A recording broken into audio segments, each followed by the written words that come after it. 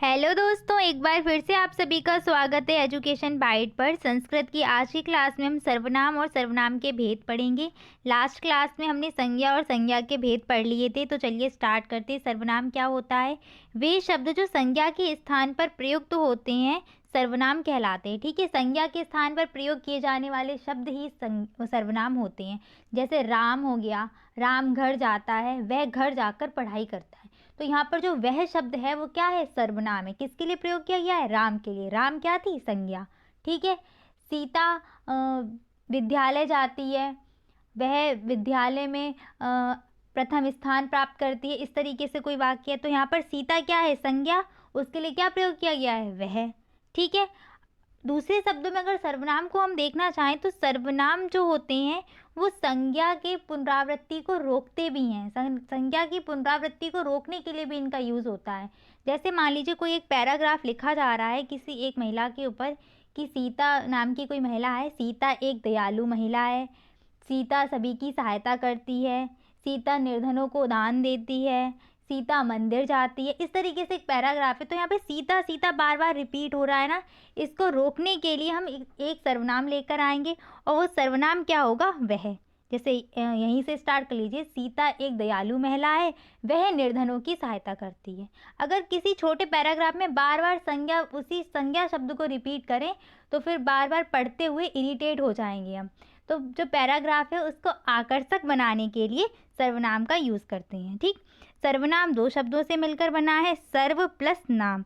सर्व का अर्थ होता है सबका और नाम तो नाम है ही, अर्थात जो शब्द सबके नाम के स्थान पर प्रयोग किए जाते हैं वो सर्वनाम कहलाते हैं। और नाम कौन से होंगे? संज्ञा। ठीक है, संज्ञा की जगह पर ही ये प्रयोग होंगे। अब उदाहरण देखते हैं। हिंदी में तो सबको पता ही होगा, वह, मैं, उसका, हमारा, अपना, ये सब क्या है? ये सब सर्वनाम शब्द हैं। ठीक है। संस्कृत में सर्वनाम देखते हैं। सह, सा, तत्, इन तीनों का मतलब होता है वह। ठीक है, इन तीनों का मतलब होता है वह।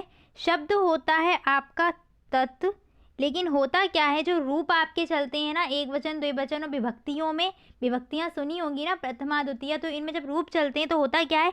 पुल्लिंग के लिए आपका सह यूज होगा। किसके लिए? पुल्लिंग के लिए, पुरुष के लिए। सा यूज होगा स्त्रीलिंग के लिए।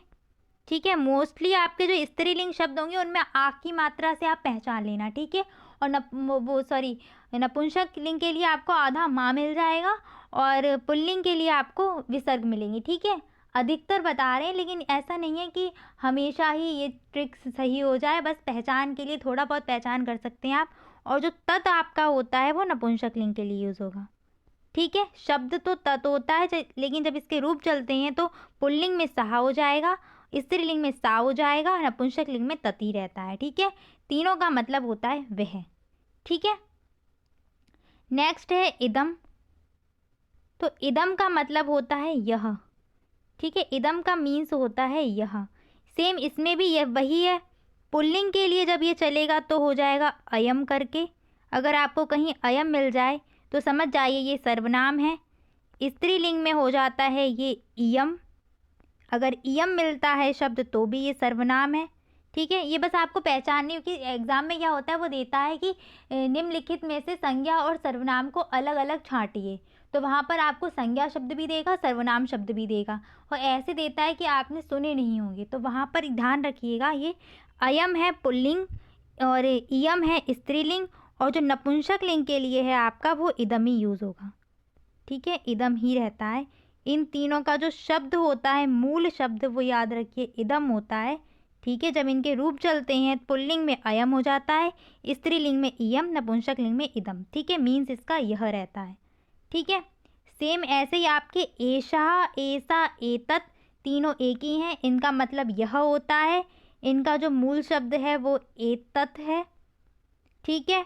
एषा पुल्लिंग के लिए यूज़ होगा, एषा स्त्रीलिंग के लिए यूज़ होगा। ठीक। और जो एतत् है वो होता है नपुंसक लिंग के लिए यूज़। ठीक है। नेक्स्ट है कहा। कहा मीन्स होता है कौन। किम मीन्स क्या, कस्मिन कब, कस्य मीन्स किसका, भवान आप के लिए यूज़ करते हैं। आप जो हिंदी अर्थ है इसका वो होता है आप। त्वयम मीन्स होता है तुम, हिंदी अगर आपको नहीं समझ आ रही, आप भूल जाएंगे हिंदी बाद में, तो आप साथ साथ नोट करते हुए चलिए। त्वम को तुम बोलते हैं। अहम, अहम मीन्स होता है मैं। वयम हम सब, ये बहुवचन में होता है वयम। और त्वम तो त्वम है ही तुम। त्वया यूज़ होता है, तुम के लिए ही यूज़ होगा त्वया, और ये आपका तृतीया विभक्ति में चला जाएगा, ठीक है। जैसे तुम से आ जाएगा ना, तो वहाँ पर ये हो जाएगा यदा। यदा मीन्स जब, और आदि, ठीक है। ये शब्द जो आपके हैं ये सर्वनाम शब्द हैं, ठीक है। ये इदम वगैरह, अयम, ऐसा, एतत, ये ध्यान रखिएगा कि ये सर्वनाम होते हैं, क्योंकि जब छांटने को दे देगा तो वहाँ कंफ्यूज हो सकते हैं, बाकी तो समझ आ जाएगा। सर्वनाम के 6 भेद होते हैं: पुरुषवाचक सर्वनाम, निश्चयवाचक सर्वनाम, अनिश्चयवाचक, संबंधवाचक, प्रश्नवाचक और निजवाचक, ठीक है। फर्स्ट है पुरुषवाचक सर्वनाम। मतलब किसे कहते हैं? जिस सर्वनाम के द्वारा वक्ता मतलब बोलने वाला, जैसे मैं बोल रही हूँ ना, श्रोता सुनने वाला या पढ़ने वाला, जैसे मान लीजिए कोई किताब लिखी गई है तो लिखने वाला वहाँ पर वक्ता हो जाएगा, श्रोता हो जाएगा पढ़ने वाला जो किताब पढ़ रहा है, वह अन्य का बोध हो उसे पुरुषवाचक सर्वनाम कहते हैं, ठीक है। ये 3 प्रकार के होते हैं, अब इनको यहाँ पे समझिए। हिंदी में भी सेम आपके ये 3 ही होते हैं, और संस्कृत में भी 3 है: प्रथम पुरुष, मध्यम पुरुष और उत्तम पुरुष, ठीक है। ये क्वेश्चन आपका आया भी है पुरुष वाला कि संस्कृत में पुरुष कितने होते हैं, तो वो यही पुरुष हैं आपके संस्कृत में। अब होता क्या है, जो बोलने वाला है, यानी कि जैसे मैं बात कर रही हूँ ना आपसे, ठीक है, तो जो बात करता है बोलने वाला वक्ता, या किताब लिख रहा है या लेटर लिख रहा है, तो वहाँ पर लिखने वाला जो होता है वो होता है उत्तम पुरुष, ठीक है। जैसे हम लिखते हैं ना, मैं पढ़ रहा हूँ, ठीक है, तो जो मैं है ना वो उत्तम पुरुष है, ठीक है। जो श्रोता सुनने वाला होता है, या फिर जो किताब पढ़ रहा है, जैसे किसी के द्वारा किताब लिखी गई है, उस किताब को हम पढ़ रहे हैं ना, तो वो आ जाता है मध्यम पुरुष में, ठीक है, पढ़ने वाला या फिर सुनने वाला, ठीक है। प्रथम पुरुष या अन्य पुरुष क्या होता है, इसमें जिसके बारे में बात कर रहे हैं, जैसे कोई 2 व्यक्ति आपस में बात कर रहे हैं ना, तो किसी तीसरे की बात करेंगे ना, तो जो तीसरा व्यक्ति है वो होता है आपका प्रथम पुरुष। जैसे वह, उसका, किसी और की बात करेंगे ना, वह खेल रहा है, तो यहाँ पर जो वह है ना वो है प्रथम पुरुष, ठीक है। मैं है उत्तम पुरुष, तुम जो सुनने वाला है या श्रोता है वो है आपका मध्यम पुरुष। प्रथम पुरुष जिस सर्वनाम का प्रयोग वक्ता और श्रोता के अतिरिक्त किसी अन्य के लिए, वही बात हो गई ना, किसी अन्य की बात करें यानी कि वह, ठीक है, तो वही होता है आपका प्रथम पुरुष। अभी पढ़ा था सहा पुल्लिंग के लिए, सा स्त्रीलिंग के लिए और तत् नपुंसकलिंग के लिए। इन तीनों का अर्थ आपका वह होता है, ठीक है। यह के लिए इदम यूज होता है ना, अयम पुल्लिंग के लिए, इयम स्त्रीलिंग के लिए और इदम नपुंसकलिंग के लिए, ठीक है। यह भी क्या होगा यहाँ पर प्रथम पुरुष होगा, ठीक है। मध्यम पुरुष जिस सर्वनाम का प्रयोग श्रोता या पढ़ने वाले के लिए किया जाता है, जो सुन रहा है, जैसे आप लोग सुन रहे हैं ना, तो आप यहाँ पे मध्यम पुरुष हैं, ठीक है। और जो पढ़ रहा है या फिर कोई किसी के द्वारा लिखी हुई किताब पढ़ रहे हैं, जैसे मान लीजिए कि हम अपने सेमेस्टर की बुक्स पढ़ रहे हैं, ठीक है, तो जो हम है ना यहाँ पे मध्यम है, और वो किताब किसी राइटर ने लिखी है ना, तो वो राइटर कौन है, उत्तम पुरुष का है, ठीक है। तो संस्कृत में देखिए त्वयम तुम दोनों होता है, युवाम सॉरी त्वयम तुम होता है, युवाम तुम दोनों होता है, यूयम तुम सब होता है, ठीक है। ये तीनों आपके मध्यम पुरुष हैं, ठीक है। अब देखिए मध्यम पुरुष और उत्तम पुरुष में आपका लिंग नहीं होता, स्त्रीलिंग पुल्लिंग वहाँ पर कुछ नहीं होगा, ठीक है, वो एक ही लिंग में रहेगा, ठीक है, सेम ही रहता है सब में। उत्तम पुरुष क्या है, वक्ता या लिखने वाला। मैं बोल रही हूँ ना, तो मैं यहाँ पे अभी उत्तम पुरुष हूँ, ठीक। अहम मैं या हम, आवाम मीन्स होता है हम दोनों, वयम मीन्स होता है हम सब, ठीक है। नेक्स्ट है निश्चयवाचक सर्वनाम। तो वे सर्वनाम शब्द जिनसे किसी निश्चित व्यक्ति और वस्तु का बोध होता है वो निश्चयवाचक सर्वनाम कहलाते हैं। हिंदी में जैसे आपका यह हो गया और वह हो गया। यह मेरा घर है, ठीक है, वह उसकी पुस्तक है, निश्चित है ना कि वह उसी की पुस्तक है, ये मेरा घर है, निश्चित बात है ये, ठीक है, निश्चितता का बोध होता है, तो वहाँ पर निश्चयवाचक सर्वनाम होता है। संस्कृत में यह के लिए एतद अभी बताया था, और वह के लिए सह या सा या तत् ऐसे शब्द आएंगे, ठीक है। तो देखिए यहाँ पर एतत् मीन्स हो गया यह, तो ये आपका क्या है निश्चयवाचक सर्वनाम। तस्य मीन्स होता है तुम्हारा, ठीक है, स्या वाले जो होते हैं आपके ये जो संबंध का बोध करते हैं। तुम्हारा घर, घर से तुम्हारा संबंध है ना, तुम्हारा घर है, ठीक है, यह तुम्हारा घर है। अभी आप बस इतना समझिए, जो आपको मैं हिंदी बता रही हूँ वो सिर्फ अभी आप समझिए, हिंदी कैसे निकालनी है या फिर अनुवाद क्या होते हैं वो सब धीरे धीरे अभी सीखेंगे। इदम पुस्तकम अस्ति, यह पुस्तक है, निश्चित है ना कि ये पुस्तक ही है, कुछ और तो नहीं है ना। तो यहाँ पर जो इदम है वो आपका निश्चयवाचक सर्वनाम हो जाएगा। सह छात्रः अस्ति, वह छात्र है, निश्चित है ना कि वह छात्र ही है, ठीक। तो यहाँ पर जो है निश्चित का बोध हो रहा है, तो ये निश्चयवाचक सर्वनाम हो जाएंगे कौन कौन से, सह, इदम, एतत्, ठीक है। अनिश्चयवाचक सर्वनाम में क्या होता है कि अनिश्चितता का बोध होता है, ठीक है। अगर हिंदी में समझने की बात करें तो जैसे दरवाजे पर कोई है, मैंने कुछ खाया, ठीक है, तुम्हें कुछ लिखना चाहिए, तुम्हें कुछ पढ़ना चाहिए, कुछ क्या, कुछ समझ नहीं आ रहा ना, कोई निश्चित तो है नहीं, ये अनिश्चित बात है ना। कोई आया है तो कोई क्या है, कौन है कोई निश्चित तो नहीं है ना। तो वे अनिश्चय का जब बोध होगा तो वहाँ पर आपका अनिश्चयवाचक सर्वनाम होगा। फर्स्ट है यूयम कदाचित कार्यम कुरुत, यूयम मीन्स होता है तुम सभी को, कदाचित कोई कार्य करना चाहिए, मतलब करो, तुम सभी कोई कार्य करो। कुरुत यहाँ पर करो के लिए, आदेश के लिए यूज होगा, ठीक है। तुम सभी कोई कार्य करो, कोई कोई मतलब क्या, कोई निश्चित है क्या, कोई काम करो, कुछ भी कर सकते हैं ऐसे तो, ठीक है। तो जो यहाँ पे कदाचित है वो क्या हो जाएगा, अनिश्चयवाचक सर्वनाम हो जाएगा। कतिपय बालकाः विद्यालयं गच्छन्ति, कतिपय मीन्स होता है कुछ, बालकाः बालक विद्यालय जाते हैं, ठीक है। तो कतिपय का मतलब हो गया कुछ, कुछ कितने, कोई निश्चित है क्या, बोलो 1 2 3 4 5 कितने, कुछ बोल दिया, तो यहाँ पर कुछ क्या है, अनिश्चित है, ठीक है। तो जो अनिश्चित का बोध कराएंगे वो अनिश्चयवाचक सर्वनाम कहलाएंगे, और जो निश्चितता का बोध कराएंगे वो निश्चयवाचक सर्वनाम कहलाते हैं। नेक्स्ट है संबंधवाचक सर्वनाम। तो क्या होता है, वे सर्वनाम शब्द जो परस्पर संबंध बताने के लिए प्रयोग किए जाते हैं वो संबंधवाचक कहलाते हैं। यदा, तदा, जब, तब। सुना होगा हिंदी में जैसे बोलते नहीं है आपको, मतलब जो कहावतें बोलते हैं, जैसी करनी वैसी भरनी, ठीक है, संबंधवाचक है। जैसा बोओगे वैसा काटोगे, संबंधवाचक है, ठीक है। तो वही है यहाँ पर जो संबंध बताते हैं आपके, तो इसमें ज़्यादातर कहावतें आ जाती हैं, जैसी करनी वैसी भरनी, जो बोओगे वही काटोगे, ठीक है, इस टाइप से। तो यदा करोति तदा प्राप्नोति, ठीक है, जब करोगे तब मिलेगा, प्राप्त होगा। नेक्स्ट है प्रश्नवाचक सर्वनाम। जो सर्वनाम संज्ञा के स्थान पर प्रयुक्त होकर प्रश्न बनाते हैं, सीधी सी बात, वे सर्वनाम शब्द जिनसे प्रश्नवाचक यानी प्रश्न का बोध होता है वो प्रश्नवाचक सर्वनाम कहलाते हैं।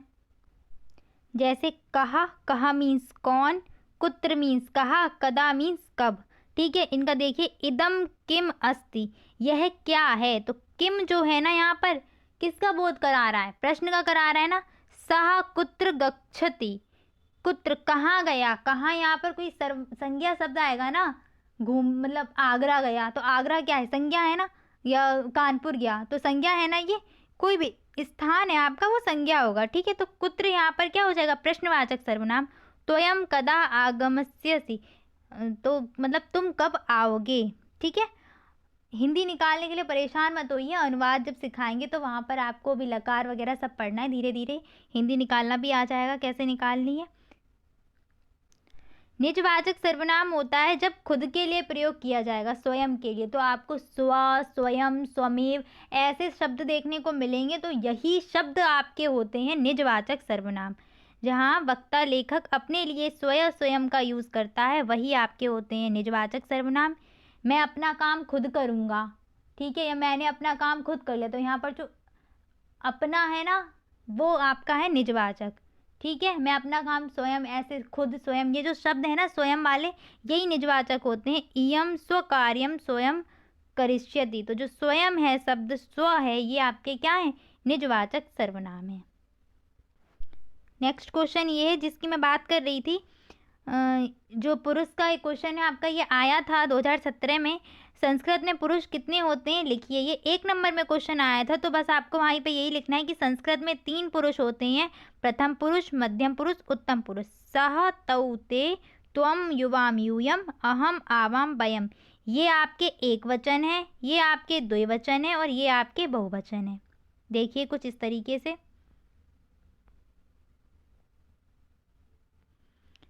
ठीक है, यहाँ पे नीचे मैंने लिख भी दिया है। अगर आप थोड़ा अच्छा सा लिख के दिखाना चाहते हैं तो आप तीनों लिंग के एक प्रथम पुरुष लिख दीजिए, स्त्रीलिंग, नपुंसकलिंग और पुल्लिंग के। तो कुछ इस तरीके से आप चार्ट बना सकते हैं। ये जो बना हुआ है नीचे, प्रथम पुरुष में आपके सह, तऊ, ते आएंगे। एक वचन में सहा होता है, द्विवचन में तऊ होता है, बहुवचन में ते होता है। मीनिंग इनका क्या होता है? सहा का होता है वह, तऊ का होता है वे दोनों, ते का होता है वे सब। ठीक है, स्त्रीलिंग में क्या होता है? सा, ते, ता। ते, ता ये भी स्त्रीलिंग है। ठीक, नपुंसक लिंग में क्या होगा? तत, ते, तानी। ते होता है द्विवचन में, तानी होता है बहुवचन में। ठीक है, नपुंसक लिंग में। ठीक, मध्यम पुरुष में त्वम, तुम होता है। युवाम का तुम दोनों यानी कि द्विवचन। यहाँ पर दो व्यक्ति होंगे तो द्विवचन हो जाएगा बहुत, और दो से अधिक होंगे यानी कि तीन और तीन से ज़्यादा वाले आपके, तो वो आएंगे बहुवचन में। युवाम, यूयम, यूयम तुम सब के लिए, और हम के लिए होगा उत्तम पुरुष में। आवाम हम दोनों, वयम हम सब। ठीक है, फिर से एक बार देख लीजिए। सह, तऊ, ते ये आपका प्रथम पुरुष का है, पुल्लिंग का। ठीक है, सा, ते, तहा ये स्त्रीलिंग का है। तत, ते, तानी ये नपुंसक लिंग का है। और मध्यम पुरुष में आएंगे त्वम, युवाम, यूयम, अहम, आवाम, वयम उत्तम पुरुष। ठीक है, तो इसको याद रखिएगा। इनको ये पूछे जाते हैं और इनको इनका ही आपका आगे प्रयोग भी है। ठीक है, प्रथम पुरुष, मध्यम पुरुष, उत्तम पुरुष का अनुवाद में आपका प्रयोग होगा, तो इनको यहाँ पर आप अच्छे से याद कर लीजिए। ठीक है, फिर से एक बार रिवाइज कर लीजिए। प्रथम पुरुष सह, तऊ, ते वह, वे दोनों, वे सब। सा, ते, ता इसका भी मीनिंग वह, वे दोनों, वे सब हो जाएगा। तत, ते, तानी वह, वे दोनों, वे सब। ठीक है, और मध्यम पुरुष में त्वम, युवाम, यूयम तुम दोनों, तुम सब। उत्तम पुरुष में अहम, आवाम, वयम हम दोनों, हम सब। ठीक है, आज की क्लास में बस इतना ही। नेक्स्ट क्लास में हम लिंग और वचन पढ़ेंगे। ठीक है, पुल्लिंग स्त्रीलिंग में कौन कौन से शब्द आते हैं। कुछ कुछ शब्द ऐसे हैं जो हिंदी में पुल्लिंग होते हैं लेकिन संस्कृत में आके नपुंसक लिंग में हो जाते हैं। कुछ ऐसे पढ़ने हैं और वचन वहाँ पर ढंग से समझ लेंगे। ठीक है, अनुवाद की टेंशन मत लीजिए, छोटे छोटे अनुवाद आते हैं, बस जितना आपको बता रहे उतना तैयार करते हुए चलिए। ठीक है, इस चीज़ को अच्छे से लर्न कर लीजिए। ठीक है, जितना हो सके उतना अच्छे से याद कर लीजिए, क्योंकि ये आपका बेसिक है। ठीक है, यहीं से अनुवाद आपका स्टार्ट होगा छोटा छोटा। ठीक है, thanks for watching and please subscribe my channel. Bye bye, take care.